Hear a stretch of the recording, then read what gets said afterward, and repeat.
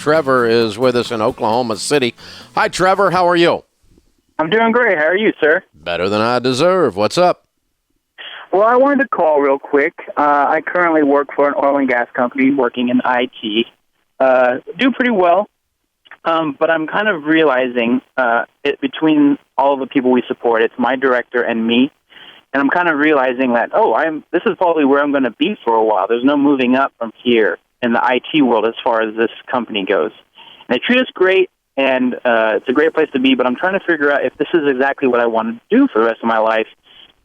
I'm working on side projects here and there creatively, so I'm trying to figure out if I can take off with those at some point, but this does consume a lot of my time. Plus, I have a wife and a child, so it's one of those things where time is limited. And I'm just trying to find out, how should I go about trying to find out what I want to do for the rest of my life? Well, I think what you're doing is what you want to do the rest of your life.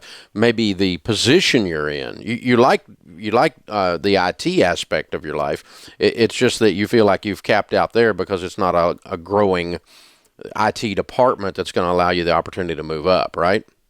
Right, correct. Yeah. So, I mean, if you just had IT where you had that solved in an environment where you're treated well, then you'd be okay, wouldn't you? Yeah, definitely. But a big part of it, too, is I'm actually a pretty creative person. I kind of stumbled into IT, and it just kind of taken off for me as the years have gone on. Mm-hmm.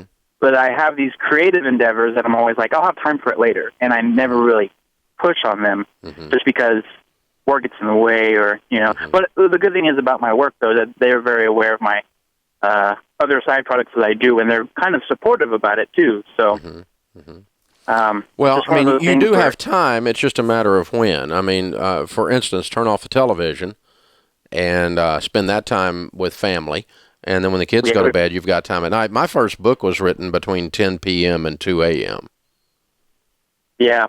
Nobody bothered with me nobody wanted me or needed me between 10 p.m. and 2 a.m. I have another friend of mine that gets up at 5 a.m. and he works on side projects for an hour and a half to 6:30, and then he gets ready and goes to work. Yeah, definitely. And you can get up at 5 a.m., but the only problem with that is you got to go to bed. You can't. That is a problem. You can't stay up till you're not going to know what Conan said or whoever's on at night, right?